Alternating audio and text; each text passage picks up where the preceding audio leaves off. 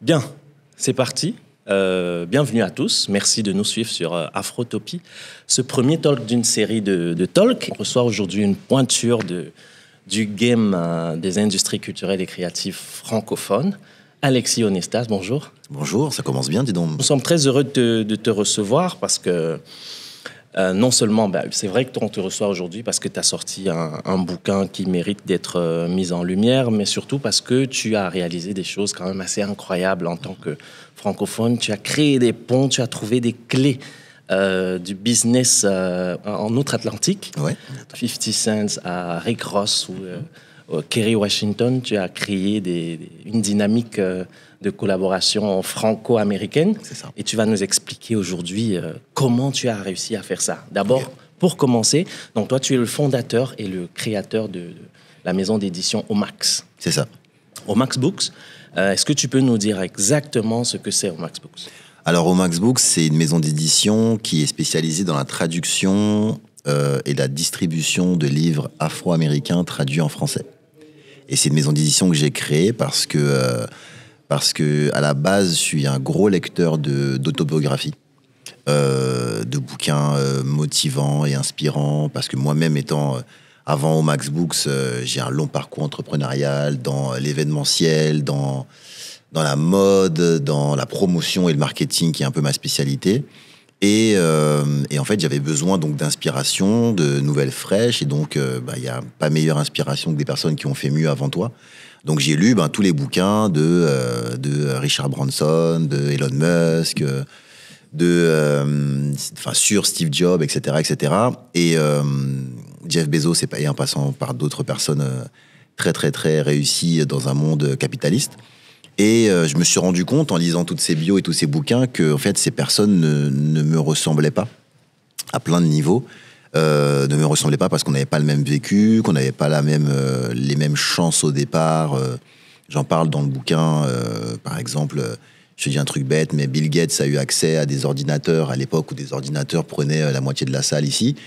Et donc voilà, malgré le grand respect que j'ai pour leur parcours, en fait, on vient pas des mêmes endroits et on n'a pas les mêmes parcours. Donc j'ai commencé à chercher un peu des références un peu similaires à moi du côté afro-américain. Et je suis tombé sur le livre de Steve Stout, qui est en fait... alors c'est quelqu'un qui a fait tellement de choses, on pourrait faire un autre talk sur lui, donc on va résumer ça comme le partenaire d'affaires de Jay-Z. Si tu veux faire affaire avec Jay-Z, il faut un peu passer par lui. Et voilà, et j'ai découvert un entrepreneur qui me passionnait déjà, afro-américain, qui a grandi dans le Queens, qui a gravé les échelons, qui a commencé comme moi dans un monde de la musique où il connaissait rien, qui a gravé les échelons et qui est passé de la musique au marketing pour faire des choses extraordinaires. Et ça m'a parlé. Ça, là, je me suis dit, ok, d'accord. En fait, il commence à avoir ce genre de témoignages de personnes qui ont grandi dans les mêmes lieux que moi et qui ont fait des choses un peu similaires, bien sûr, fois 10, fois 100, fois 1000. Et là, ça a commencé à me passionner. J'ai galéré pour lire ce livre parce que, certes, je parlais un anglais académique, mais lire un livre en anglais, j'ai pas pris conscience que c'était aussi une gymnastique aussi puissante pour le cerveau. Donc j'ai mis beaucoup de temps à lire ce livre, je traduisais les mots, etc. Bref. Et je me suis rendu compte qu'il y avait une bibliothèque devant moi ouverte et qui n'attendait que moi. Et j'ai commencé à en lire beaucoup. Et à un moment donné, tu sais, c'est quand j'ai commencé à en parler avec mes proches, mes collaborateurs, mes amis, mes frères, tout ça. C'est un peu comme quand tu racontes un film, mais que tes potes l'ont pas vu. Et t'as beau raconter l'explosion en disant que les Martiens arrivent et qu'à ce moment-là, il se passe qu'il y a une cascade, si les gens l'ont pas vu, en fait, t'es juste en train de faire un sketch, en fait. Et donc, quand je parlais des livres en question, les gens me disaient « Ouais, c'est super, mais bon, on n'a pas lu ton livre, ça ne nous intéresse pas forcément. » Et là, je me suis dit « Ok, en fait, c'est resté dans un coin de ma tête. J'avais pas forcément l'idée de monter une maison d'édition. Et durant un voyage à New York, où je suis assez souvent, j'ai pris l'initiative personnelle d'aller prendre rendez-vous avec des maisons d'édition américaines. Chose un peu magique aux États-Unis, quand t'as pas un projet particulier, quand t'as pas forcément un parcours dans un milieu, lorsqu'on te voit un mail pour avoir un rendez-vous, pour poser des questions et pour te renseigner de manière humble, eux te répondent. Parenthèse par rapport à ce qu'on peut voir en France, en Belgique, dans un contexte un peu européen où c'est très très compliqué d'échanger avec des personnes qui sont en place. Là, ils m'ont reçu Et je leur ai dit, vous savez, moi, j'ai produit le concert de Rick Ross à Paris. Issa Rae, à l'époque, avait une série qui s'appelle Insecure, qui cartonnait en Europe, voilà, que plein de personnes regardaient autour de moi. Et je leur ai dit, vous savez, ces livres-là, en fait, je les ai lus. Donc, les livres de ces auteurs, je les ai lus. En fait, il existe un monde qui s'appelle l'Europe, où il y a un public, il y a un truc. Pourquoi vous ne traduisez pas ce livre-là en français, en fait? Et ils m'ont dit, ah non, mais... Donc moi, je suis arrivé très revanchard, très franchouillard dans la démarche, justement. Tu vois, pourquoi vous faites comme si on n'existait pas? Et en fait, ils m'ont dit, ah mais non, mais rien à voir. C'est pas du tout qu'on ne veut pas. C'est qu'il y a un process pour sortir un bouquin dans une autre langue. Donc, à savoir, il faut une maison d'édition partenaire sur le territoire. Quand tu sors un bouquin en Espagne, il faut une maison espagnole, etc., en français, française, machin. Et en fait, quand on propose ces livres-là aux maisons d'édition francophones, en fait, elles sont pas intéressées par ce genre de livres. Et là, je dis, ah ouais, d'accord, ok. Vous savez pourquoi? Parce que le public cible serait pas intéressé par ces livres-là, parce que les auteurs sont pas assez connus, parce que mille raisons. Et à ce moment-là, tu as mes deux cerveaux qui commencent à fusionner. Tu as mon cerveau de businessman qui se dit « Ok, là, on est peut-être sur un truc intéressant, va falloir s'y pencher. » Et tu as mon cerveau de simple passionné qui se dit « Mais en fait, il faut faire quelque chose parce que au-delà de l'aspect financier, il y a énormément de personnes, ce que moi j'ai vécu en lisant le livre de Steve Stout, il y a énormément de personnes qui doivent le vivre aussi en lisant d'autres bouquins. » Et donc voilà, donc j'ai décidé à ce moment-là de me lancer là-dedans. J'avais pas encore de structure, j'avais pas encore de savoir-faire, j'avais pas encore de rien, quoi que ce soit. Mais j'ai demandé le contrat pour Issa Rae, qui a été le premier bouquin qu'on a sorti, parce que vraiment c'était au moment où la série cartonnait, je savais que c'était maintenant ou jamais. Et parce que ce bouquin aussi est incroyable. Et ensuite, tu as donc créé cette maison d'édition. Et aujourd'hui, tu écris toi-même un bouquin, un livre. Tu le décris comme un manifeste pour l'audace. Exactement. Et la résilience. Il parle de quoi, ce livre? Ce livre, justement, je raconte les heures à passer à traduire un bouquin. Je raconte les rencontres que j'ai pu faire avec Issa, avec Rick Ross, avec 50, avec Common. Comment ça s'est passé, comment j'en suis arrivé à collaborer avec... En fait, en gros, ce bouquin, c'est pour... expliquer à toutes les personnes qui ont un petit rêve dans la tête, qui ont une petite voix qui leur dit « j'aimerais bien faire ça, mais je sais pas comment faire », que moi non plus, malgré mes années d'entrepreneuriat, lorsque je me lance dans le métier de l'édition, je n'ai aucune idée de comment distribuer un livre. C'est la première fois que je vois un contrat américain. Tu vois, j'avais même pas jamais vraiment dealé avec des Américains pour savoir comment faire. Je ne sais pas comment mettre un livre à la FNAC, je ne sais rien du tout. Mais je sais que c'est nécessaire. Et ce livre, justement, raconte ça. Quand je te parle de résilience, quand je te parle de manifeste, c'est vraiment pour expliquer aux autres, à la population, à tout le monde, que cette voix dans votre tête qui vous dit « j'ai envie de faire ça » alors que personne n'y croit, alors que peut-être que dans ce milieu, il n'y a pas d'argent, alors peut-être que je ne sais pas faire ça, en vrai, ça peut vous amener à collaborer 4 ans plus tard avec un rappeur, dans mon cas, qui fait des tournées encore aujourd'hui internationales, qui a fait le Super Bowl. Un rappeur que moi-même, je regardais quand j'avais, 18 ans, un truc comme ça, à la télé. Ça m'intéresse justement de savoir comment c'est arrivé avec 50 Cent et Rick Ross. Ouais, en fait, tu vois, je raconte ça aussi, tu vois, c'est aussi, il y a ce côté fonce et fais ce que tu as à faire, mais il y a aussi le côté travail. On a commencé avec Issa Rae, on a enchaîné avec Common, puis Taraji P. Henson, et à partir du moment où on a compris... Alors, je suis pas en train de dire que les autres auteurs sont moins importants, mais Rick Ross et 50 Cent sont quand même des personnalités beaucoup plus connues. Actuellement, Common, c'est quand même quelqu'un qui a une belle carrière, et Taraji a été nommé aux Oscars, donc c'est quand même des personnes très importantes, mais Rick Ross et 50 Cent sont ce qu'ils sont. Et en fait, ça arrive parce que je prends confiance en moi par rapport au succès des 3 livres précédents, et que ce livre arrive... Il y a ça aussi, il y a aussi l'aspect de tellement focus sur son projet que les choses arrivent à toi. Ce livre, je le prends par hasard parce que j'avais lu la biographie de Rick Ross, qui est pas ouf. Tu vois, c'est juste, en vrai, c'est juste quelqu'un qui a travaillé beaucoup et qui a eu un single et qui a explosé et qui a rentabilisé ce single de manière incroyable. Mais c'est pas une autobiographie, voilà. Et donc, je lis son deuxième bouquin, qui est un bouquin de conseils. Quel jour parfait pour devenir un boss. Et là, je prends ce bouquin-là à midi. J'ai toujours un bouquin sur moi. Je prends un bouquin à midi pour lire vite fait, ma petite demi-heure de pause. Et là, je reste toute l'après-midi dans le resto à lire le bouquin. Je l'ai lu voilà, d'une traite et je me suis dit, OK, ça c'est le prochain. Et comment j'en arrive à les rencontrer? En fait, on a vendu 10 000 bouquins de Rick Ross, ce qui est vraiment très important pour une maison d'édition indépendante. Et j'apprends qu'il vient à Paris. Et j'apprends qu'il vient à Paris. Comment? C'est que mon algorithme de téléphone perso est tellement bouffé par Rick Ross, par les publicités, par le fait que je parle tout le temps de ma maison d'édition, qu'on m'envoie une pub avec la présence de Rick Ross à Paris pour un showcase. Et moi, je vois ça à 3h du matin, je suis dans mon lit, je regarde mon téléphone, je vois ça, je dis OK. Et en fait, je passe des coups de fil, je cherche, parce que bon, j'ai quand même été beaucoup dans l'événementiel, j'appelle des DJ, des potes à moi, où est-ce qu'il est, où est-ce qu'il va et tout. Et fast forward, à midi, je me retrouve avec lui à son hôtel et je lui ramène les bouquins. Et en fait, non, je me retrouve avec son tour manager dans un premier temps. Ça aussi, c'est important de le préciser pour pas qu'on pense que c'est si facile que ça. Je me retrouve avec son tour manager qui m'attend dans le lobby de l'hôtel et qui me prend les bouquins en me disant merci mon gars, voilà, merci mon gars, salut, c'était cool de passer, et voilà, bon courage à toi pour la suite. Et moi, je me dis, malgré tout, j'ai une information à 3h du matin, et je me retrouve à midi avec le tour manager de Rick Ross. En fait, c'est pas une défaite, c'est une avancée dans ce que je suis en train de faire. Et je me dis, tu sais quoi, je bois très rarement d'alcool et tout, mais je me dis, écoute, faites ça, t'es dans un hôtel 5 étoiles, machin, prends-toi une coupe de champagne, il est midi, on s'en fout, voilà, fais ça. Et donc, je prends une coupe de champagne, je me pose, et là, le tour manager me rappelle, et il me dit, attends, t'es encore là, parce que Rick Ross est en train de péter un câble sur les bouquins, il kiffe trop ce que vous avez fait en termes de design, il aime la manière dont le bouquin est présenté, il faut absolument que tu restes là, ils vont te rencontrer, tout ça. Je dis, ok, cool, voilà, cool, je suis là, je suis encore là, je bois mon champagne, donc allons-y.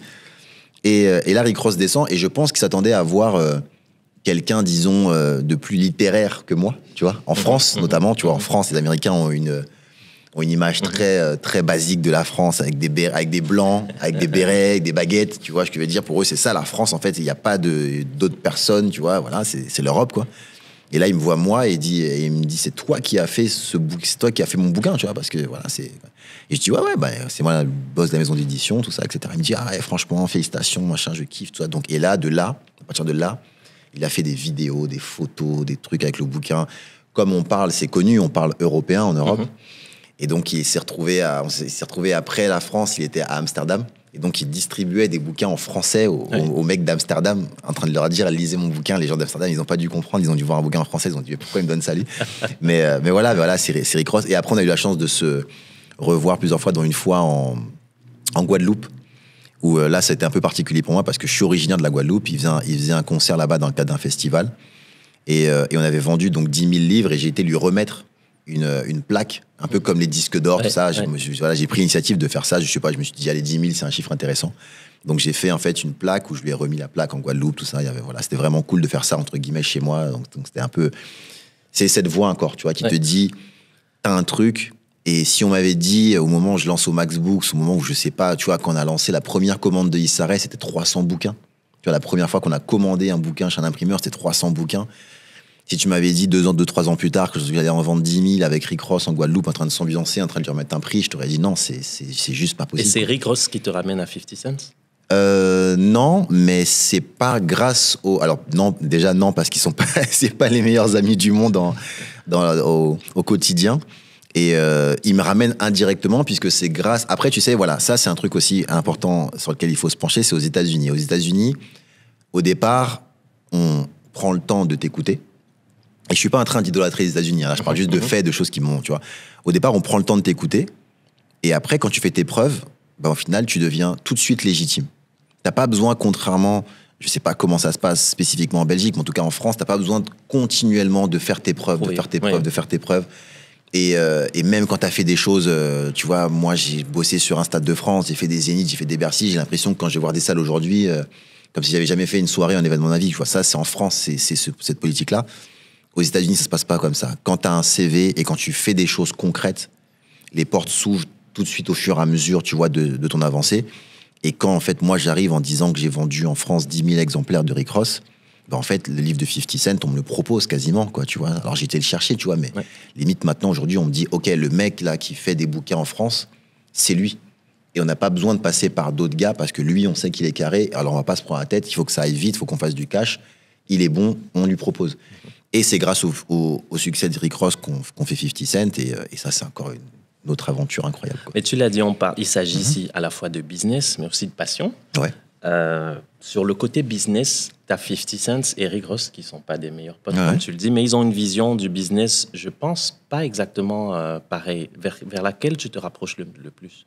En fait, franchement, c'est ultra complémentaire. Rick Ross, c'est un Américain dans toute sa splendeur. C'est-à-dire que je suis le plus beau, je suis le plus fort, j'ai réussi, j'ai une villa à Miami, I'm a boss, hustling, etc., etc. Tu vois, ça, il n'y a pas de problème par rapport à ça. Et c'est quelque chose qui te motive aussi. C'est quand tu sais que tu collabores avec quelqu'un qui fait autant de choses, tu as envie d'être à son niveau, donc ça te pousse à faire de belles choses. Ce qui m'a marqué dans le livre de 50 Cent, c'est que c'est la première fois que je voyais un Américain à ce niveau, une star internationale à ce niveau, être aussi humble sur son propre parcours personnel. Dans ce bouquin, il explique que à chaque album, il a vendu de moins en moins d'albums. Donc il arrivait, premier album avec Eminem, 50, tout le truc. Il vient de se manger 9 balles, il ressuscite, il arrive, bref, c'était incroyable. Et il vend 14-15 millions d'albums, premier album, etc. Et chaque album, il a vendu 10 millions, 5 millions, 2 millions, etc. Jusqu'à perdre son clash contre Kanye West à un moment donné. Enfin bref, voilà. C'était quelque chose de très compliqué pour lui. Et à un moment, il s'est posé, il a dit, mais où sont ces gens, où est ce public qui était avec moi, en fait, quand je vendais 14 millions d'albums? Où est ce public? Où est-ce qu'il est passé? Comment ça se fait qu'il n'est plus avec moi en club le vendredi soir? Où est-ce qu'il est? Et en fait, il s'est rendu compte que le temps avait passé et que moi, quand j'avais 20 ans, j'étais avec lui en club. Aujourd'hui que j'en ai 40, le vendredi soir, le samedi soir, je suis chez moi, en fait. Et qu'est-ce que je fais le samedi soir chez moi? Soit je lis un bouquin, soit je regarde la télé. Et il s'est dit, en fait, ils sont là, en fait, ils sont chez eux avec leurs 2 ou 3 ou 4 enfants, ils regardent la télé. Et s'ils sont là, je vais aller là où ils sont. Et c'est comme ça qu'il a lancé Power, c'est comme ça qu'il a lancé sa série.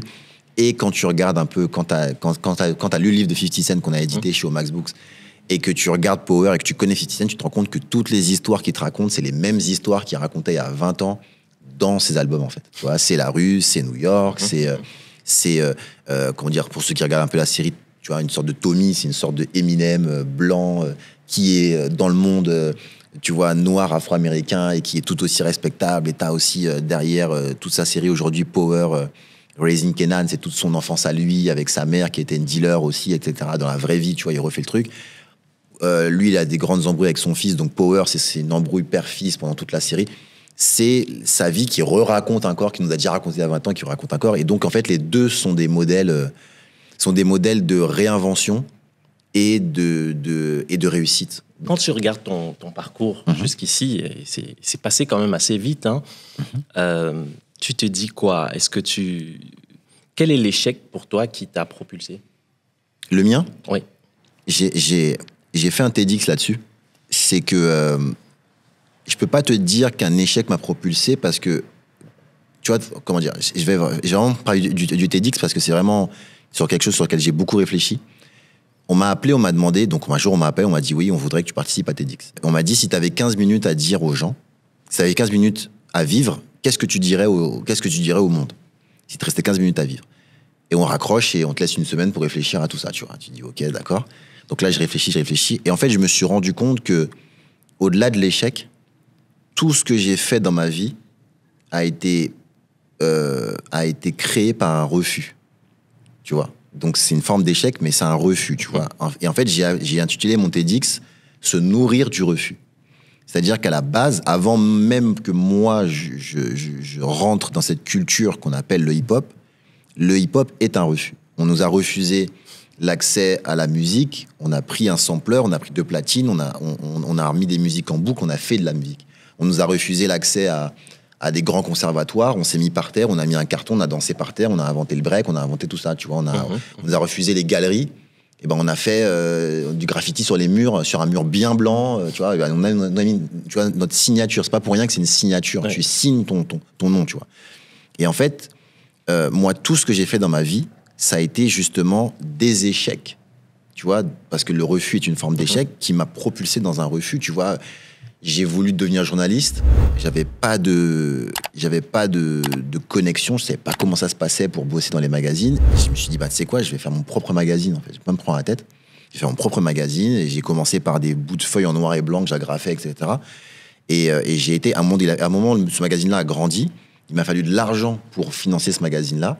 J'ai demandé à un pote où est-ce qu'il y a moyen de faire argent. Il m'a dit, ouais, tu devrais aller chez Urban Act, tu distribues des flyers et tout, etc. Il donne de l'argent. J'ai été chez Urban Act, j'ai découvert une société incroyable avec des jeunes qui étaient comme moi et tout. Et au fur et à mesure, j'ai gravi les échelons dans cette société-là. Ça m'a amené chez Royal Wear. Royal Wear, c'était une marque de vêtements incroyable, 10 millions de chiffres d'affaires. J'étais responsable communication de la marque. Mais Royal Wear, c'était la mode du streetwear, donc on nous refusait l'accès à la mode. Donc on a fait des trucs XXL pour se démarquer. Et donc toute ma vie, en fait, ça a été ça, tu vois. Ça a été que, et même au Max Books, c'est un refus d'une camarade. Tu vois, c'est le refus des grandes maisons d'édition francophones installées à faire en sorte que les voix des auteurs afro-américains soient entendues. Mais alors, sur un plan économique, parce qu'on peut dire que ton parcours également, c'est beaucoup d'indépendance finalement. Ah oui, c'est que ça. C'est que ça. Mais quels ingrédients essentiels pour une carrière en tant qu'indépendant, comme ça, que ce soit artistique ou au niveau du business, surtout pour des gens qui ont des profils comme le tien, c'est-à-dire des jeunes afros? Moi, mon maître à penser à ce niveau-là, c'est Jay-Z. C'est pas plus compliqué. C'est-à-dire qu'en fait, il y a deux manières de voir les choses. Il y a en fait, si on doit parler spécifiquement de musique, par exemple, il y a deux manières de voir les choses. Il y a ce qu'on appelle le démarchage, c'est-à-dire qu'il y a faire des maquettes, ce qui est dans l'entrepreneuriat, faire un PowerPoint, faire un pitch deck, etc. Et te présenter et demander sans cesse à un label, à un investisseur, à ceci, à cela, demander, oui, est-ce que je peux avoir une chance de... C'est tout aussi respectable, hein, tu vois, mais c'est une manière de faire les choses. Et en fait, moi, j'ai jamais adhéré comme, tu vois, Jay-Z. Je suis un grand fan de Damon Dash, son ancien associé, etc. Je suis vraiment de l'école où, quand on veut créer une marque de vêtements, on va pas demander à un grand distributeur, à une grande marque de nous donner l'autorisation de la faire. On commence par le truc le plus basique, un t-shirt. Par contre, on fait le meilleur t-shirt de la Terre. Selon nous, tu vois. On fait le meilleur modèle de la Terre. Et en fait, on n'a pas honte de prendre notre voiture et d'aller en fait au marché pour vendre ce t-shirt. Parce qu'on a une vision tellement plus grande que ce t-shirt, qu'en fait, l'indépendance, c'est pas voir les difficultés, c'est voir la réussite finale. C'est ça, en fait, l'indépendance. Et le fait de ne pas prendre le temps d'apprendre l'indépendance, c'est aussi se tirer une balle dans le pied, parce qu'au final, si on doit faire un ratio simple, aujourd'hui, si tu prends la France et si tu prends les États-Unis, le rappeur le plus installé, c'est Jay-Z, et en France, c'est Booba. Ce sont deux rappeurs que personne n'a voulu signer. Tu vois ce que je veux dire? Jay-Z, personne n'a voulu signer, il a monté Rocafella. Lunatic, personne n'a voulu les signer, ils ont monté 45 Scientifiques. Et c'est parce qu'ils ont compris en tant qu'indépendants tout le processus, parce qu'ils ont porté des cartons, parce qu'ils ont porté des vinyles, parce qu'ils se sont fait refuser les radios. Parce que lorsqu'on te refuse une radio, ou lorsqu'on te refuse aujourd'hui une playlist sur Spotify, sur machin, peu importe, sur un DSP, ton cerveau va devoir se mettre en position de se dire, OK, qu'est-ce que je peux faire pour passer outre ce que tout le monde fait? Et c'est là que tu as les meilleures idées. C'est là que tu as les meilleurs process. C'est là que tu as les meilleures innovations. C'est quand, en fait, le chemin est tout tracé devant toi et que toi, tu passes par un chemin boueux avec des cailloux, avec l'orage qui tombe sur toi. Si tu réussis à aller au bout de ça, mais plus personne ne peut t'arrêter. C'est pour ça qu'aujourd'hui, Booba, en fait, au final, il a 20 ans, 30 ans de carrière, parce qu'à la base, Lunatic, ils allaient eux-mêmes dans les magasins négocier leur vinyle, lorsqu'en fait, les artistes qui étaient signés chez Sony, Warner, Universal, allaient en studio, rappaient, et laissaient après d'autres le faire. Donc, quand l'industrie du disque s'est écroulée, c'est même pas qu'ils étaient stupides, c'est même pas qu'ils étaient, plus bêtes que d'autres, c'est même pas qu'ils étaient, tu vois, c'est juste qu'ils n'étaient pas formés. Ils n'étaient pas formés, c'est simplement comme quand une femme, un homme déménage, ben tu dois réacheter un frigo, réacheter un truc. Si tu restes chez papa-maman pendant toute ta vie, il y a un jour où tu ne sauras pas te débrouiller, en fait, tu vois. Et c'est quand même risqué quelque part, ça, je suppose. Ça implique des risques au niveau familial, au niveau de l'insécurité, au niveau de son entourage. Comment toi tu as géré ça? Parce que ça fait des années que tu joues à ce jeu. quand on me pose la question, quand on me demande des conseils, mon conseil le plus basique, c'est déjà, je pose souvent 2 questions. T'as quel âge? Et après, je réponds, lance-toi, en fait. Parce que réfléchir, il y a un âge où tu pourras plus prendre ces risques. Quand tu auras des enfants, quand tu auras des trucs, etc. Là, aujourd'hui, quand tu as entre 18 et 20 ans, t'as rien à perdre parce que de toute façon, t'as même pas l'argent que tu vas, comment dire, t'as même pas l'argent que tu peux perdre. Tu peux même pas, tu peux pas perdre 10 000 euros, tu les as pas. Donc, il y a pas de problème, tu vois, pas ce que je veux dire. Donc, fonce, fais ce que t'as à faire. Parce que moi, la chance que j'ai eue, c'est que j'ai pris les risques très jeune sans m'en rendre compte. Tu vois, quand on faisait des événements et qu'on misait des dizaines de milliers d'euros sur la location d'une salle, sur la production d'un artiste, sur quand moi j'ai payé des billets d'avion à Busta Rhymes pour l'envoyer aux Antilles. Mais encore aujourd'hui, je me dis, mais comment j'ai pu faire pour lui payer des 5 étoiles aux Antilles, tu vois, avec... Enfin bref, c'était incroyable. Mais ça, t'y penses pas quand t'es jeune. Et donc voilà, donc oui, l'indépendance, c'est prendre des risques, mais plus tu les prends tôt, plus t'apprends à les gérer, plus t'apprends à les maîtriser. Aujourd'hui, quand je lance au Max Books, j'ai une agence de communication derrière, j'ai investi dans différents business, j'ai aussi suivi les conseils des anciens de pas uniquement se focus sur un business, parce que quand ton business s'écroule, t'as plus rien. Investir dans des choses que tu comprends, mais que tu ne sais pas forcément faire. Moi, par exemple, je suis associé à une agence de digital marketing qui s'occupe de toute la partie AdWords sur Google Ads, sur Snapchat, sur tout ça, etc. Tu me mets devant un ordinateur, je ne sais pas lancer une campagne. Mais je suis associé dans Statistics avec mon associé Elias, qui lui sait le faire, qui lui n'avait pas à l'époque où on s'est mis ensemble, où on s'est associé, la capacité à monter une structure, à gérer une boîte, etc. Je lui ai dit, mettons-nous ensemble, gère la partie technique, gère la partie boîte, et on a avancé. Aujourd'hui, on bosse avec Sony, Warner, enfin voilà, tout le monde, tu vois. C'est quand même fou parce que cette histoire d'indépendance, et ça a un impact quand même sur la stabilité familiale. C'est là que je veux un peu arriver. Comment est-ce que tu convaincs, tu prends le temps de convaincre ton environnement ou tu le laisses constater tes passions? Non, tu sais, ça par contre, c'est un truc, il faut être totalement franc là-dessus. Moi, j'ai une vie de... Comment on peut appeler ça? Quand tu décides de... Jay-Z parle du gifts and curse, c'est-à-dire les bénédictions, les malédictions. C'est-à-dire que tu peux pas juste avoir la vie que je mène sans les inconvénients. Et les inconvénients, c'est que entre-temps, dans ce parcours-là, j'ai perdu énormément de gens. Tu vois, dans ma famille, tu rates des mariages, tu rates des baptêmes, t'étais pas, je sais pas pourquoi t'étais pas là. Ouais, parce que j'étais au concert de je sais pas qui, parce que je devais, mais tu te rends pas compte, t'as raté le baptême d'un tel, t'as raté, tu vois. Mais de l'autre côté, t'as aussi des trucs où, par exemple, moi, je sais que depuis aujourd'hui, depuis quasiment 15 ans aujourd'hui, je passe 2 mois par an avec mes parents aux Antilles. Tu vois, je ramène mon ordi aux Antilles, juillet, août, m'appelez pas, je gère quand même mes affaires. Tu vois, je me lève à 4 heures du matin pour être en connexion avec Paris, avec les 6 heures de décalage. Tu vois, je connais ça par cœur et tout. Mais par contre, pendant 2 mois de l'année, je suis chez mes parents. Et ça, personne ne peut me l'enlever, tu vois, parce que je veux dire. Et là, pour le coup, il n'y a pas de concert, il n'y a rien, tu vois. Donc, il y a aussi des choses comme ça qui sont...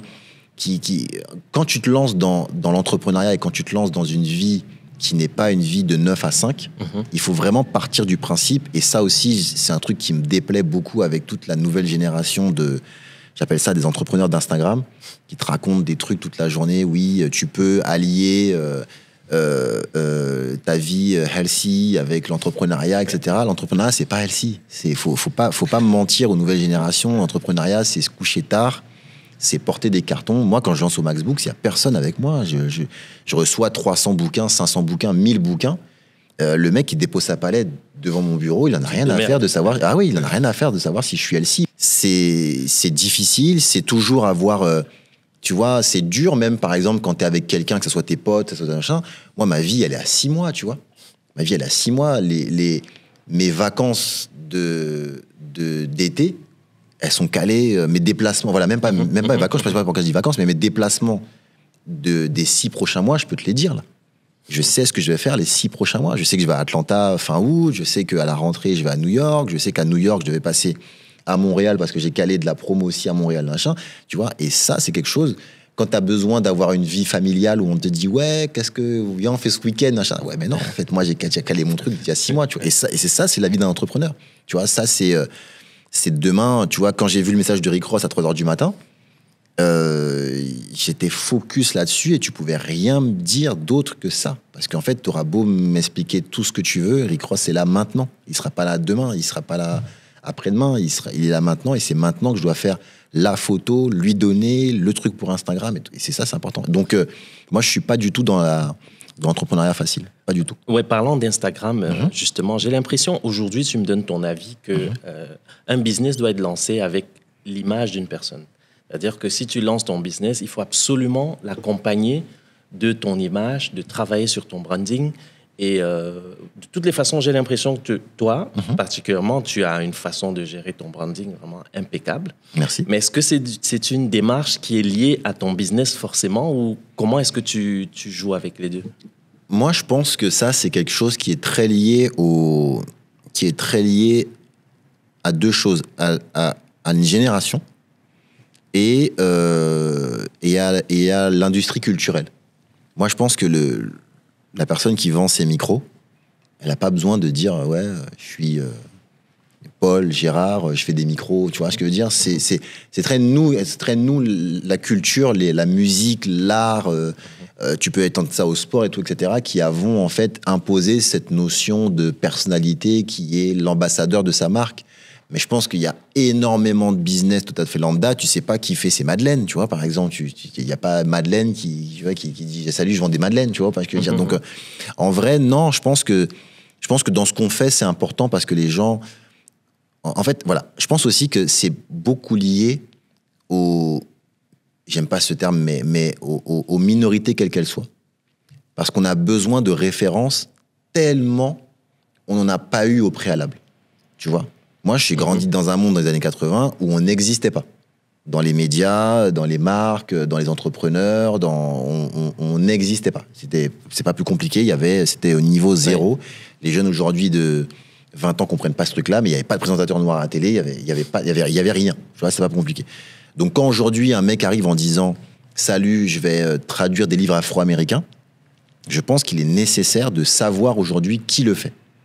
Je pense que pour le public, c'est nécessaire de savoir, ok, c'est le mec qui faisait les soirées, là, c'est le mec qui est dans le biz depuis un certain temps, c'est le mec qui a bossé avec un tel, ok, son bouquin, ça va être crédible.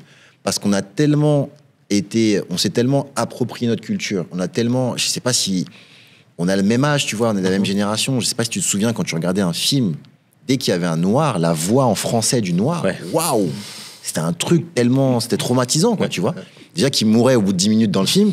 Alors, les pauvres 10 minutes qu'il avait, en plus, il avait une voix de guignol, tu vois, même si le mec était le méchant du film. Et je pense que c'est ça qui nous amène aujourd'hui à nous mettre en avant pour, justement, culturellement, économiquement, socialement, démontrer et prouver et expliquer au public, aux consommateurs, que ce qui se passe là, c'est crédible.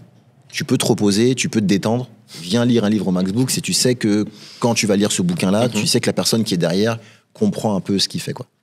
Revenons un peu aux différences Europe-Amérique en termes de business, industrie culturelle et créatif principalement. Qu'est-ce qui pour toi, tu l'as dit déjà un petit peu, mais qu'est-ce qui pour toi est fondamentalement différent?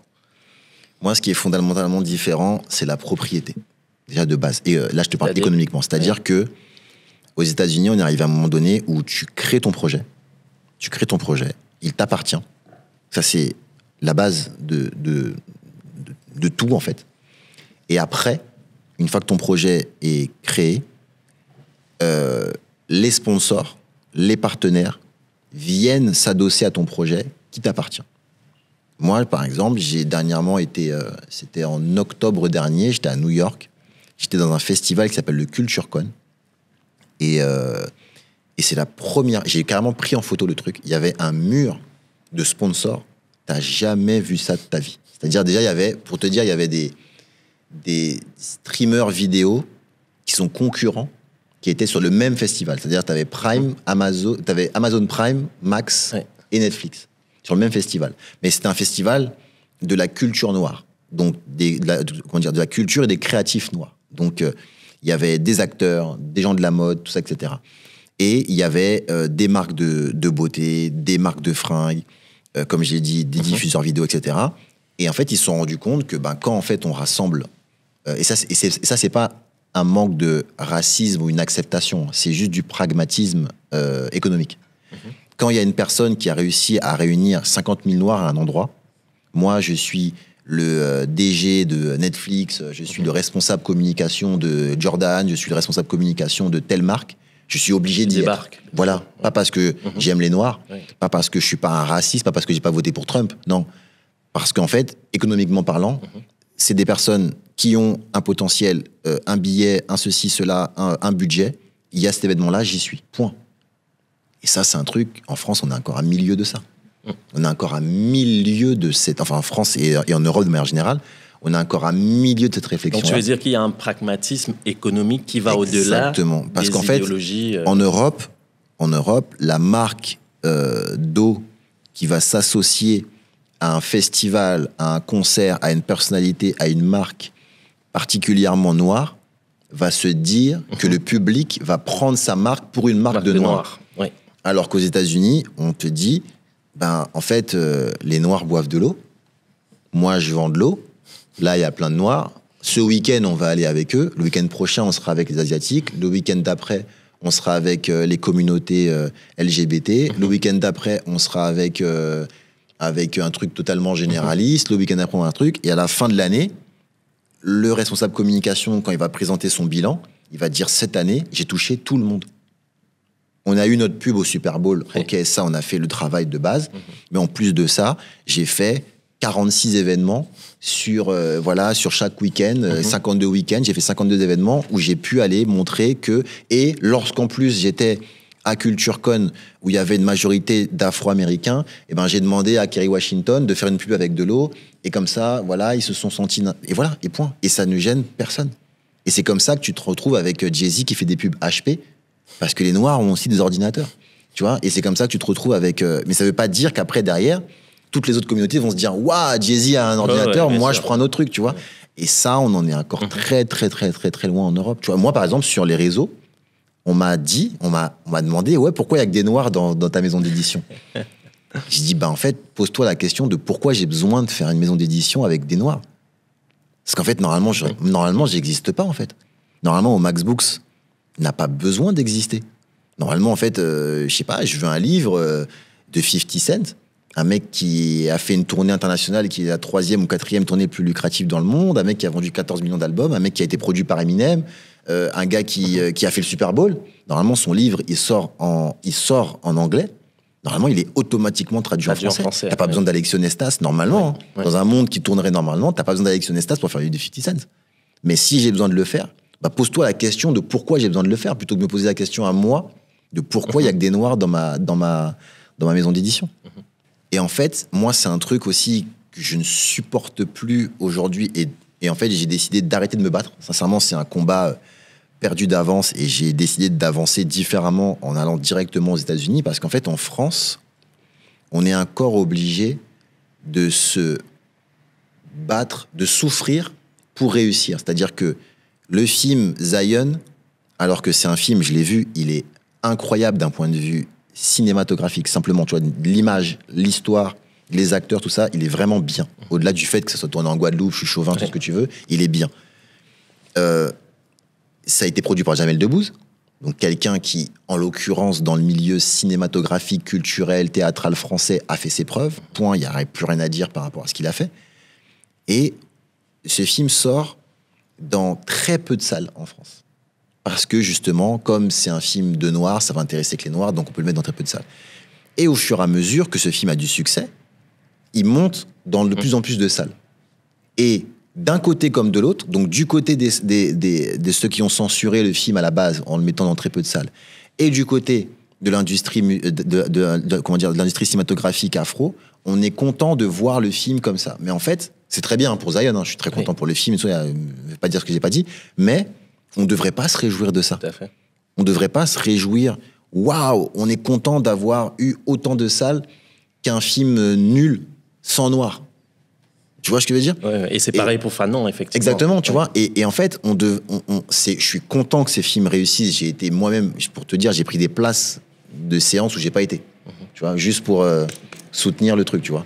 Mais on devrait pas se réjouir de ça, parce qu'en fait, un film produit par Jamel Debbouze, aussi bien, aussi truc, normalement, il aurait dû être directement dans plusieurs salles. On n'est pas... ça, tu pouvais m'expliquer ça, moi, quand j'avais, tu vois, quand j'avais 15 ans, quand ils ont sorti Malcolm X, est-ce que vraiment le film de Spike Lee allait intéresser des gens, machin, etc. Peut-être, pourquoi pas, tu vois. Aujourd'hui, on a des datas, on a des données. Aujourd'hui, on sait que les gens qui remplissent le Stade de France, on sait à quoi ils ressemblent. Aujourd'hui, on sait que... Tu vois ce que je veux dire? Ouais. Aujourd'hui, quand Nino remplit un Stade de France, ne me dis pas qu'il y a 80 000 Noirs dans le Stade de France. On sait très bien que la culture est brassée, que les gens se mélangent, tu vois, etc. Donc au cinéma, pourquoi, quand il y a un film qui se passe en Guadeloupe, pourquoi il y aurait... Les gens vont en Guadeloupe en vacances. Ils savent très bien que la Guadeloupe existe. Donc, tu vois, tu dis bien, moi, j'y suis tous les ans. Je vois bien les gens qui sont en Guadeloupe. Donc, ils ont peut-être aussi envie de voir un film sur la Guadeloupe. Et donc, à un moment donné, tu te dis... aujourd'hui, à mon âge, avec tout ce que j'ai fait, je suis prêt à travailler tous les jours, mais je ne veux plus souffrir. Tu vois, je suis prêt à travailler, à lutter, à être fatigué, mais je ne veux plus souffrir. C'est-à-dire qu'à partir du moment où j'ai fait mon travail, tu vois, j'ai fait mon travail. Tu dois pouvoir récolter les fruits. Et je ne vais plus me battre. Et maintenant, j'ai abandonné. J'ai abandonné l'idée de progresser et de vivre dans un pays qui fait souffrir. Et je vais dans un pays où, en fait, quand je fais un truc, et ben, au final, on me dit, OK, bon, bah, tiens ton argent, ou tiens, la porte est ouverte, ou alors viens, on collabore encore ensemble. Et ça se passera pas en France, en tout cas pas maintenant. Comment aller vers ces marchés-là sans perdre son authenticité? Et d'ailleurs, est-ce que l'authenticité même est importante? L'équilibre, il est là. C'est de rester toi-même. C'est-à-dire que moi, j'ai pas été édité des Américains en anglais, en faisant style, j'ai tout compris aux États-Unis. Moi, je parle français. Et mon marché, c'est un marché francophone. Donc, je suis resté authentique avec ce que je fais. Et j'ai pas été chercher des livres que je comprends pas. J'ai été chercher des livres de 50 Cent, d'Issara, etc. Donc, je suis resté totalement authentique et aligné à ma vision. Les Afro-Américains que je traduis en français. Et il faut que les artistes fassent la même chose. Tu restes aligné avec toi, tu vas pas te déguiser. Ça, c'est un truc souvent que je dis quand je parle anglais avec un accent francophone. Enfin, avec un accent français. Parce qu'au début, quand je parlais moins bien anglais, je faisais des... tu vois, je faisais des trucs comme ça. Et en fait, tu te rends compte au bout d'un moment que quand tu parles comme ça... Non, mais voilà, t'es ridicule. Et plus tu parles bien anglais, plus tu te rends compte qu'en fait, tu dois rester toi-même. Parce qu'en fait, c'est comme si un Américain arrivait à Marseille et imitait un Marseillais. Tu vois, avec un accent genre... tu vois, t'es un Américain, tu parles anglais, tu vas entendre un accent, tu vas essayer de faire semblant que tu parles français. Non, en fait... Restez vous-même, en fait, tu vois ce que je veux dire? Parce que justement, c'est ce que les gens cherchent. Qu'est-ce que tu peux nous amener? Ok, tu nous amènes une nouvelle culture, un nouveau truc. Et donc, par rapport aux musiciens spécifiquement, par rapport à la musique, il faut rester aligné. Tu vois, le meilleur exemple, c'est les Nubians. Les Nubians, quand elles sont en France, elles font ce qu'elles ont à faire en France. Elles font ce qu'on appelait à l'époque de la néo-soul en France. Elles viennent de Bordeaux. Elles font ça en France. À un moment donné, elles arrivent à s'exporter aux États-Unis. Mais pas parce qu'elles font semblant d'être américaines. Parce qu'elles revendiquent à fond leur africanité, de un. Et parce que de deux, elles arrivent avec des morceaux en français, même si elles ont fait des morceaux en anglais, mais en français, et que c'est les Nubians. Ouais. C'est pas tu vois, c'est les Nubians. Et quand, en fait, elles gagnent des prix, elles gagnent des trucs, elles gagnent des prix en tant que les Nubians. Quels sont tes rapports avec l'Afrique? Mes rapports avec l'Afrique, ils sont à l'image de la complexité de notre histoire, tu vois. C'est-à-dire que c'est quelque chose qui est très très compliqué parce que je pense que je suis la pire. J'ai essayé de peser mes mots, hein, mais tu vois, mais je pense que je suis la pire génération. Ou en tout cas la plus complexe concernant cette question, parce que je suis un enfant des années 80. Moi, je suis un carrefour de tout, en fait. Je suis un enfant des années 80. J'ai grandi en banlieue française, mais je suis un Antillais. Et à l'époque, déjà, avant, culturellement, avant le Bissona Bisso, avant avant Ryan B. Fever, avant tous ces albums-là, personne ne représentait sa culture. Soyons clairs, on était des mecs du hip-hop. Tu vois, t'avais aucun mec... je me souviens le jour où Tunisiano a rappé tu vois, a rappé un couplet en arabe, tout le monde s'est pris la tête. Waouh, qu'est-ce qu'il fait, machin. Tu vois, c'était totalement fou de faire ça, tu vois. Et personne ne représentait sa propre culture. On était tous des mecs du hip-hop. Et quand tu voyais les groupes, à l'image des groupes, hein, tu vois, IAM, NTM, machin, tout le monde... Personne criait Martinique, machin, Portugal, tu vois, voilà. C'était vraiment... On était des mecs du 9-3 avant d'être des mecs de trucs. Après ça, j'ai grandi dans un brassage culturel fait de Maghreb, Afrique noire, Antilles, Asie, etc., où t'es au courant de tout. T'as des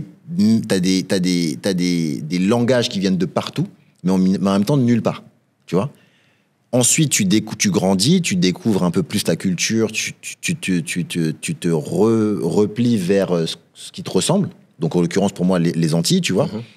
Et tu laisses passer un peu cette africanité, justement. Parce que tu te dis, avant d'être africain, je suis antillais, en fait. Tu vois ce que je veux dire?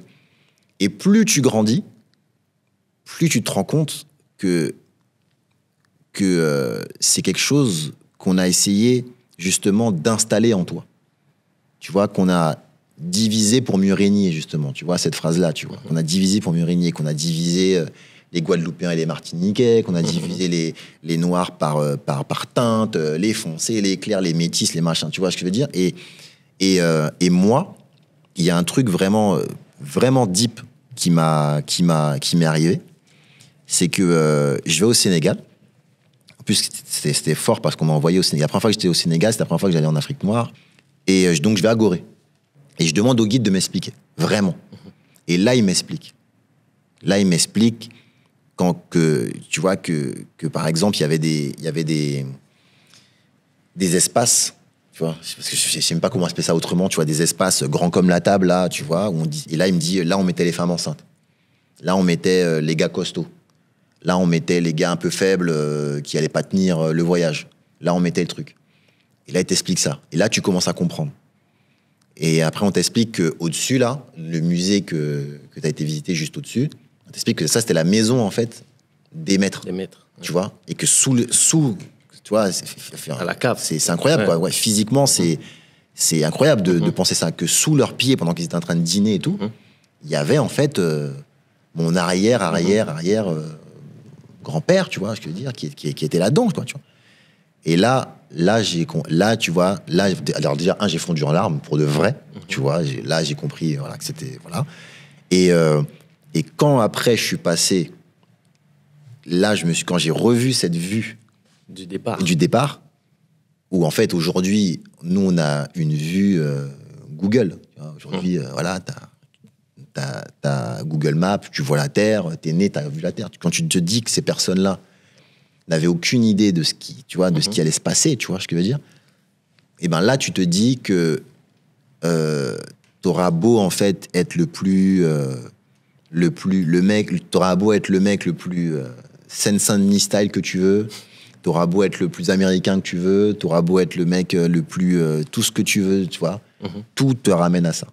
Et de se dire que moi, en tant qu'Antillais, justement, que obligatoirement, dans cette maison ou dans une autre, un membre de ma famille est passé par là, tu te dis qu'à un moment donné, ton chemin, ton destin, peut-être pas moi à titre personnel, mais ma famille, le futur, c'est de refaire le chemin inverse. Si on doit parler du côté africain, il y a quand même quelque chose, je trouve, qui n'est pas assez mis en avant, c'est qu'il y a quand même eu on parle souvent des Antillais en disant qu'on a été amené là-bas, mais on parle pas souvent du manque. La rupture. Ouais, de la rupture, oui. Mais de votre côté, tu vois. C'est-à-dire que moi, je compare souvent ça à une famille.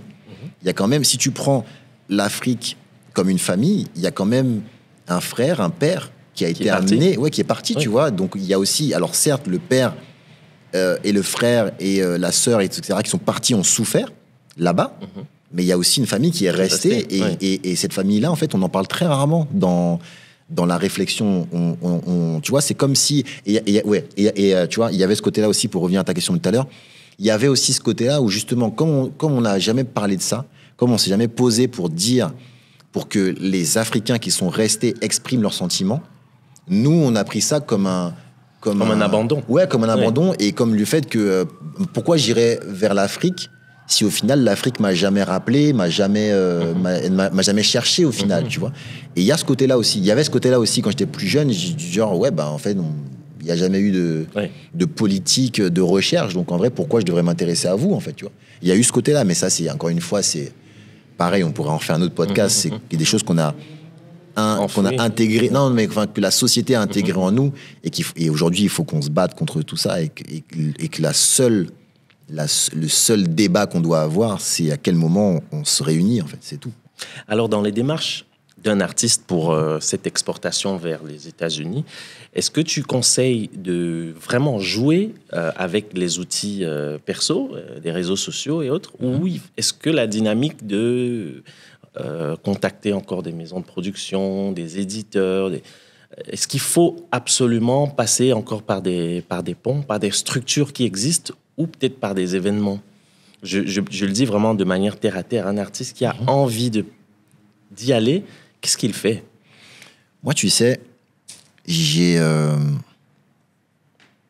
vais me mettre à dos peut-être une génération, mais j'ai beaucoup de mal avec la nouvelle génération qui m'explique que c'est difficile. Et pour amener à l'époque ta musique aux États-Unis, il fallait en fait amener ta musique aux États-Unis. Tu vois, c'est incroyable ce que je dis, tu vois, mais il fallait amener ton CD, ton vinyle, ta cassette, machin, aux États-Unis. Et en fait, moi, je viens de cette époque-là. Et quand t'as 20 ans que tu t'assois devant moi, tu me dis, je sais pas comment faire. Je te dis, mais je comprends pas comment tu sais pas comment faire, puisqu'aujourd'hui, en fait, tu peux mettre ta musique dans ta poche et en fait, aller là-bas. Et les gens peuvent écouter ta musique en étant là-bas. Donc, en fait, moi, je me dis simplement que, tu vois, là, par exemple, je pars aux États-Unis en septembre, m'installer. Je pars pas dans des conditions... je me précarise. Soyons clairs, tu vois. Aujourd'hui, j'ai 42 ans, j'ai un chez moi, je suis à l'aise en France, j'ai mes business qui sont ici. Là, vraiment, j'ai décidé d'aller travailler là-bas, mais les bureaux que je vais avoir sont à Manhattan. Le truc que je vais louer à Manhattan, je t'enverrai des photos, tu vas dire, mais t'es fou, t'es pas bien, en fait, d'aller dans ces conditions-là. Mais pourquoi j'y vais? Parce que j'ai un but, et parce que je sais ce que je vais y faire, et parce que je préfère avoir un truc totalement précaire à Manhattan, à côté de mon bureau, pour pouvoir être totalement focus H24 sur ce que je vais faire, plutôt que d'aller prendre un truc à Brooklyn ou dans le Queens qui sera peut-être un peu plus à l'aise, mais je vais pas me reposer, en fait. Tu vois ce que je veux dire? Et en fait, donc, pour te répondre par rapport aux artistes spécifiquement, en fait, l'idée, c'est que une passion, tu vois, faut vraiment remettre les choses dans un contexte. Quand tu veux vivre d'une passion, quand tu veux développer un projet, et c'est là où moi je rejoins les Américains à 100% là-dessus, est-ce que tu es capable, vraiment, et je plaisante pas quand je dis ça, est-ce que tu es capable de dormir dehors pour ton projet? Basquiat, c'est un gars qui est rentré dans la peinture à une époque où un noir dans la peinture, ça n'existait pas. Le mec, il peignait sur des palettes. Il peignait sur des portes. Il prenait des cartes postales, il les vendait aux gens dans la rue à $2, machin. Tu vois ce que je veux dire? Est-ce que tu es capable de faire ça? Aujourd'hui, j'ai l'impression que Internet a embourgeoisé les artistes et que si t'as pas ton ordi, ton studio, ton machin, ton Spotify et tout, etc., est-ce que tu es capable d'aller, et je plaisante pas quand je dis ça, est-ce que tu es capable d'aller à New York, rapper dans la rue, pour montrer aux gens ce que tu fais? Est-ce que tu es capable d'aller devant... Aujourd'hui, tu veux savoir où sont les bureaux de Roc Nation? Tu veux bosser avec Jay-Z? Tu peux savoir où sont les bureaux de Roc Nation. Nous, à l'époque, même en France, on savait pas où était Sony. On savait pas où était Warner. Non, mais tu vois, parce que je veux dire, c'était pas écrit Warner. Tu faisais comment pour trouver l'adresse de Warner quand tu faisais les pages jaunes? Enfin, tu vois ce que je veux dire? Ça n'existait pas. Mais c'est ça qu'il faut te poser comme question. C'est est-ce que tu es capable de te précariser pour après, derrière, augmenter et grandir dans ce que tu veux faire. Et moi, aujourd'hui, j'ai très peu d'artistes qui répondent positivement à ces questions-là. Et je pense que c'est pour ça aussi que la France, au final, est aussi mal représentée à l'étranger, tu vois. Je pense que, tu vois, moi, j'ai beaucoup bossé avec BET sur les BET Awards. La France est inexistante. Parce que qui a sa bio en anglais, qui parle anglais, c'est bête à dire, tu vois, mais qui a sa bio en anglais, qui parle anglais, qui va aux États-Unis avant de fonctionner aux États-Unis, tu vois. Si ton seul but, si t'attends d'être booké aux États-Unis avant d'y aller, ben très bien, tu vas faire un petit théâtre. Tu sais, on les connaît les phases comme ça de booker là. Tu vois, t'as écrit Madison Square Garden. T'es dans la salle du fond du Madison Square Garden, derrière les vestiaires des Knicks, tu vois, en fait, au final, et tu remplis, et c'est bien, tu vois, c'est bien, et tu remplis 100 personnes et t'as écrit Madison Square Garden, mais on sait comment ça se passe, tu vois, pas si nous, en tant que professionnels. Mais est-ce que t'as été là-bas, tu vois, un truc simple. Donner un exemple, Gad Elmaleh, il a voulu vivre son rêve américain, aussi riche, puissant, installé, connu qu'il soit en France, il est reparti faire des stand-up dans les cafés-théâtres. Il est parti du bas. Alors, bien entendu, il avait prouvé son anglais aussi. Tu vois ce que je veux dire? Bien entendu, il avait la capacité de le faire parce que derrière, il avait l'income et il avait la trésorerie pour le faire. Il n'y a pas de problème par rapport à ça. Mais le gars, il est reparti de bas. Omar Sy, quand il part là-bas, il a des rôles ici. Je crois même qu'il avait déjà eu son César ici. Il part là-bas pour être le 4e, 5e, 6e, 7e super-héros dans un Marvel. Tu vois, il faut avoir aussi l'humilité de faire ça, tu vois. Il faut avoir aussi... Et aujourd'hui, il bosse avec Kerry Washington. Il sort un film là avec Kerry Washington en ce moment, tu vois. Donc, il y a ça aussi, tu vois. Est-ce que t'es capable... Est-ce que maintenant que t'es grand, ok, t'es un grand chez les petits, est-ce que t'es capable aussi d'être un petit chez les grands aussi, tu vois. C'est ça aussi les vraies questions qu'il faut se poser. T'écoutes quoi comme musique en ce moment? Je suis revenu à une source très R&B soul parce que c'est le dernier je trouve que c'est la dernière musique dans les musiques noires américaines, enfin musique noire en général, où je ressens encore les âmes des artistes. C'est bizarre parce que c'est un cycle, tu vois, la soul, soit l'âme et tout. Mais c'est la dernière musique pour moi où tu peux voir une femme, un homme, devant un micro, faire quelque chose. Sans artifice, sans twerk, sans bling-bling, sans autotune, sans... Tu vois ce que je veux dire? Juste un micro et tout. Et c'est surtout l'un des derniers... Ça, c'est très personnel ce que je dis. Hein. Je suis pas obligé de partager mon avis, hein, tu vois, mais c'est l'un des dernières musiques où je sens la performance. Je ne sens plus la performance dans le rap. Moi, il y a des couplets francophones et américains que j'ai écoutés quand j'étais ado, que j'arrive toujours pas, que je connais par cœur dans ma tête, que j'arrive toujours pas à rapper. Tu vois, quand tu vois ce que je veux dire? Quand je les écoute, il y a des couplets de Lino, de Pete Bacardi, bon, Cool Chain, Joe Star, j'ai tellement écouté que je les passe, mais il y a des couplets comme ça que j'arrive pas parce que les mecs étaient tellement... d'Akhenaton, tu vois, étaient tellement incroyables que tu n'arrives pas à refaire ce qu'ils font.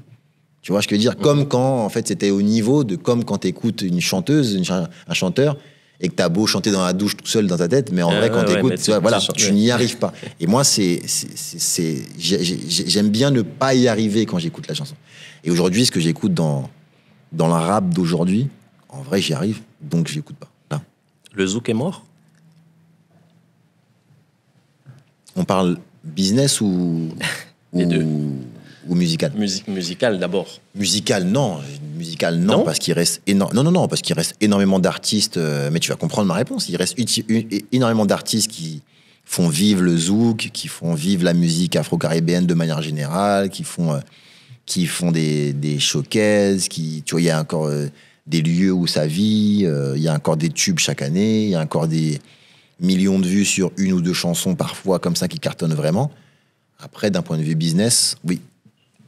D'un point de vue business, oui, parce que le zouk et les musiques afro-caribéennes de manière générale n'arrivent pas, ont raté un coche, et ça je le dis, même si je rentre au pays dans quelques jours, là, mais ont raté un coche marketing. C'est-à-dire que le zouk a raté le coche marketing comme ce qui est en train de faire le rap. C'est-à-dire qu'aujourd'hui, je te dis c'est quoi du zouk, tu peux même pas me répondre.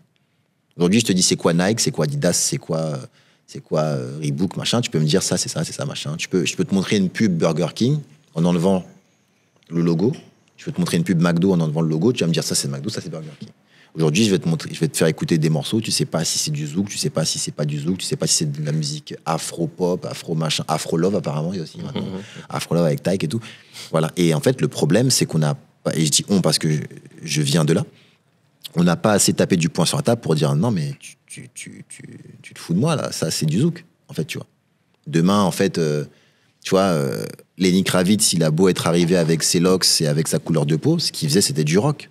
Point, c'est tout. C'est du rock, t'es pas content, c'est pareil, en fait. Ça s'appelle du rock, ce qu'il fait, tu vois. Donc pourquoi, quand quelqu'un qui ne serait pas antillais fait du zouk, on appelle ça autrement? Tu vois, quand un blanc fait du reggae, il fait du reggae. Et il connaît bien, si un mec qui connaît bien le reggae, s'il respecte la culture, il fait du reggae.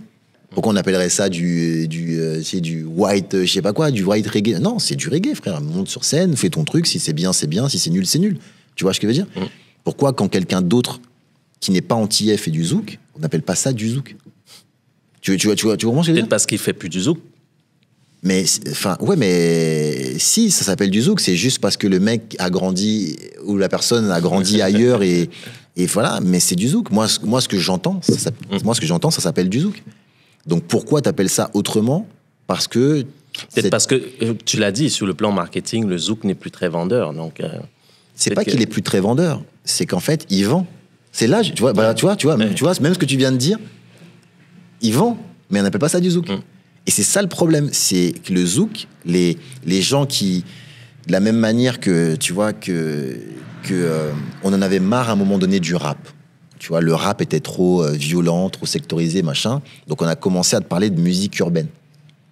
De la même manière que la musique urbaine, ça veut rien dire. Et qu'au bout d'un moment, c'est comme ça que le rap est devenu le rap qu'il est aujourd'hui, désolé de le dire comme ça, mais c'est pour ça que le rap est devenu rap, parce qu'on a arrêté d'appeler ça du rap. Et qu'à partir du moment où tu arrêtes de te déranger, tu rentres dans la masse, et ce qui rentre dans la masse est obligatoirement moins intéressant que ce qui est en fait dérangeant. Tu vois ce que je veux dire? Et le zouk aujourd'hui a ce problème-là, c'est qu'il faut qu'il reprenne ses... Tu vois, parce que regarde, un truc simple. Je vais t'expliquer un truc simple que j'ai vécu par exemple au Flammes. Pas cette année, mais l'année dernière. Il y a Aya qui est arrivé, qui a rendu justement ses fleurs à Fanny G, à tout ça, en disant moi, quand j'allais en après-midi, en soirée, quand j'étais jeune, on écoutait des musiques africaines, du rap, tout ça, et on écoutait du zouk, et moi, j'ai des grosses influences zouk, et quand il y a un morceau qui est du zouk dans mon album, je dis que j'ai fait un morceau zouk, big up Fanny, etc. Quand Fanny, elle est arrivée aux Flammes, j'étais là. Quand Fanny, elle est arrivée aux Flammes, mais t'avais des Kaira, tu vois, qui avaient sorti leur costard quand même, faut pas mentir, mais qui étaient des Kaira, bien Kaira, qui se sont levés, qui ont commencé à s'ambiancer comme ça sur Fanny, parce que tout le monde a écouté ce morceau, tu vois, pas ce que je veux dire. Et la réalité, c'est que ça, c'est du zouk. Et là, tu me dis que c'est moins vendeur, mais quand elle a été mise en avant, dans un programme tel qu'elle était, dans un programme à forte audience, fait par des mecs de la culture, elle a enchaîné un Bercy, là. Une tournée partout. Elle a fait une tournée, voilà, avec du zouk. Le problème du zouk, c'est pas la musique, c'est pas les acteurs, c'est le marketing du zouk. Donc quand la musique antillaise est bien marketée, la musique antillaise fonctionne. Quand la musique antillaise est mal marketée, ou quand en fait elle est marketée sous couvert d'afro love, d'afro machin, tout ça, etc. Ben en fait, ça vend quand même, mais on n'appelle pas ça du zouk. Le rap est devenu ouvert. Je suis très content d'avoir vu les rayons de la Fnac grandir. Je suis très content d'avoir vu des gens aujourd'hui se faire plus d'argent. Je suis très content d'avoir vu ma culture grandir. Mais à partir du moment où tu ouvres ta maison à n'importe qui, ben, il se passe n'importe quoi. Tu vois, ça, c'est mon analyse du truc, parce qu'au final, aujourd'hui, tu as n'importe qui peut venir dire...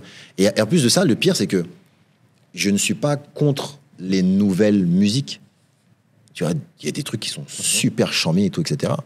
Mais quand je vois qu'on appelle ça du rap, en fait, non, tu fais un truc super. Hein. C'est charmé, c'est mortel ce que tu fais et tout, etc. Mais de la même manière que le ragamuffin n'est pas du dancehall, de la même manière que le reggae n'est pas du ragamuffin, de la même manière, tu vois, parce que je veux dire, quand tu connais vraiment la musique, de la même manière que dans le rock, t'as du rock and roll, t'as du hard rock, tu vois, parce que je veux dire, mettre tout ce qui se passe aujourd'hui dans le rap en appelant ça du rap, je trouve ça compliqué quand même. Et je trouve que c'est un manque de connaissances, c'est un manque de respect pour la culture qui est assez violent. Et j'ai l'impression qu'on voit ça que dans le rap. Au Max Books, comment j'ai construit un pont entre les auteurs afro-américains et 300 millions de francophones, Alexis Honestas. Merci d'être passé. Merci à toi. On ne s'arrête pas là. On va te poser d'autres questions. Et ça ne sera pas moi. Cette fois-ci, ce sera des artistes ou des acteurs culturels. Donc, c'est parti. Ben voilà, en tant qu'artiste, on est plusieurs artistes du coup ici indépendants.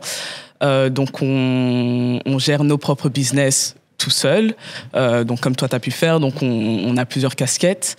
Donc enfin artiste, manager, on est nos propres bookers, on est nos propres attachés presse, et donc c'est une assez grande charge de travail et il faut beaucoup de sacrifices aussi.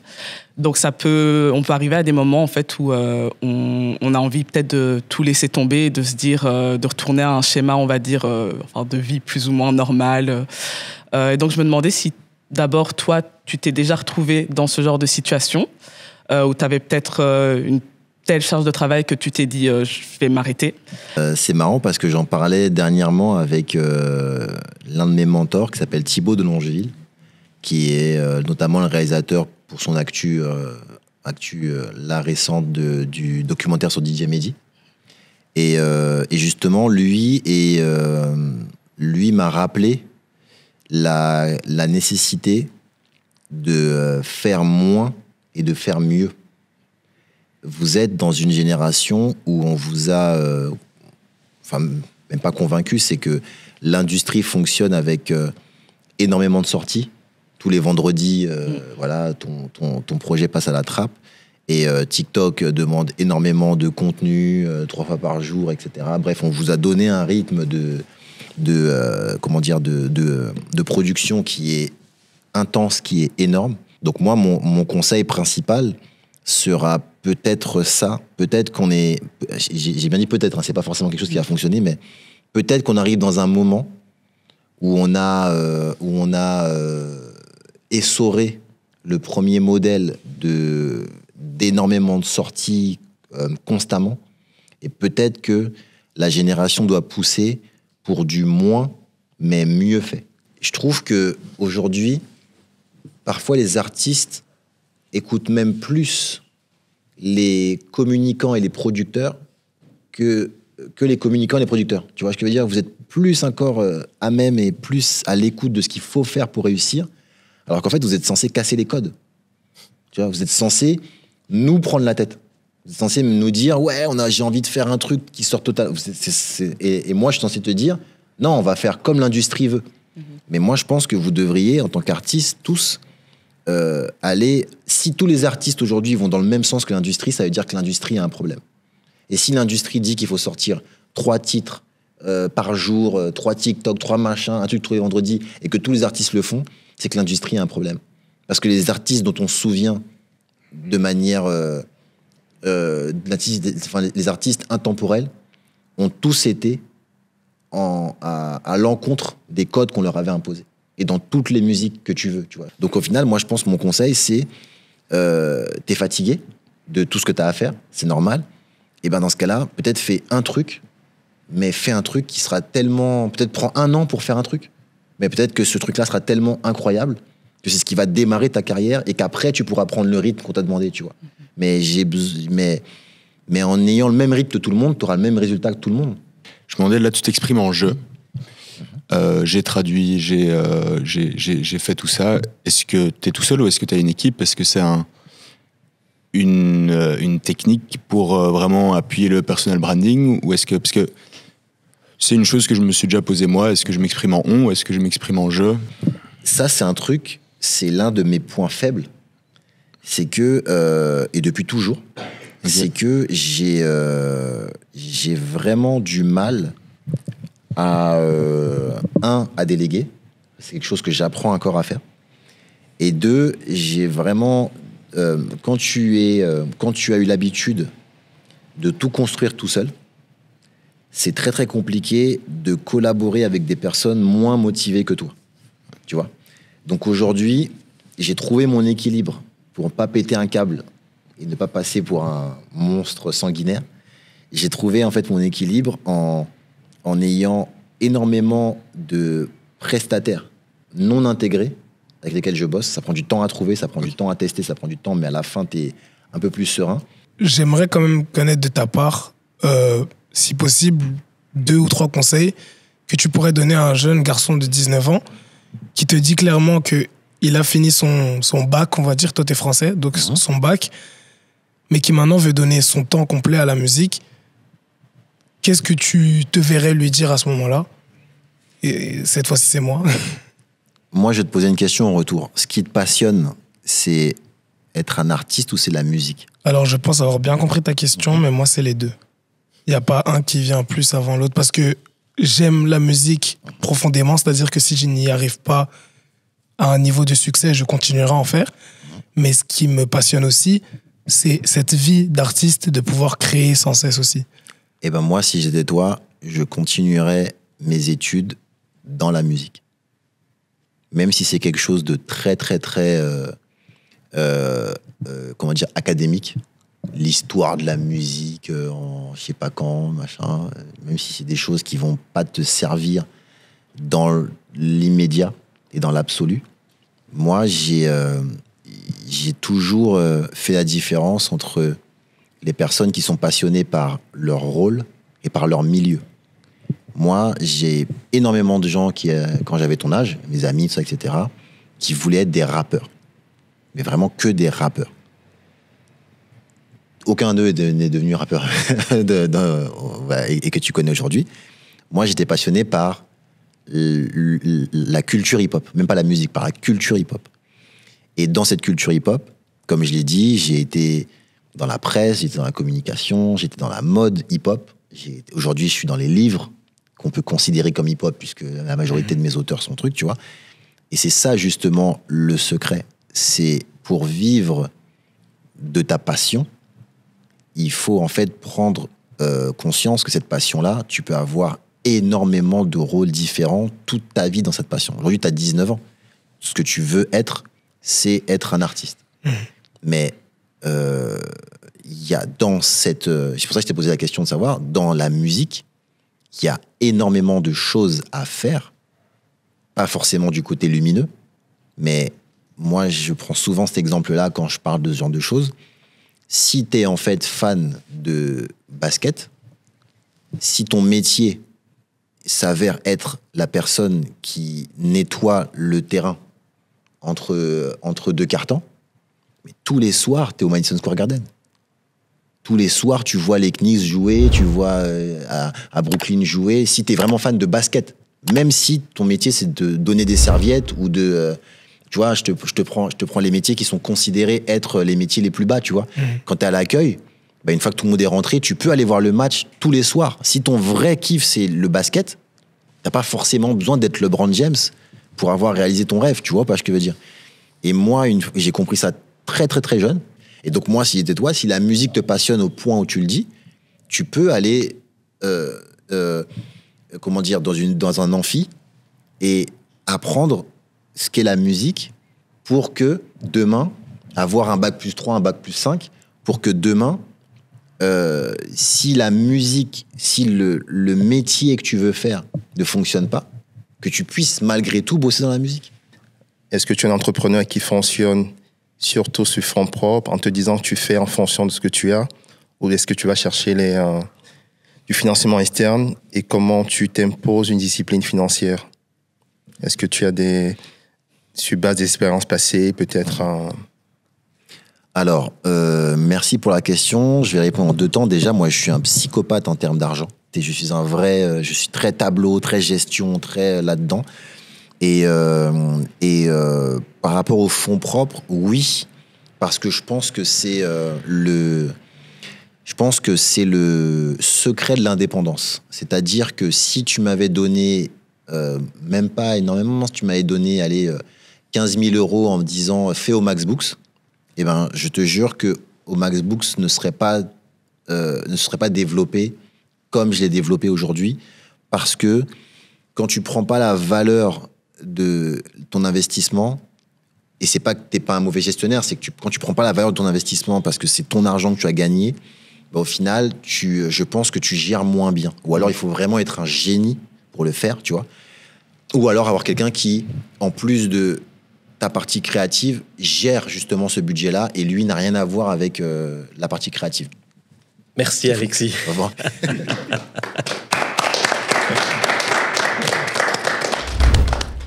Bien, merci à tous.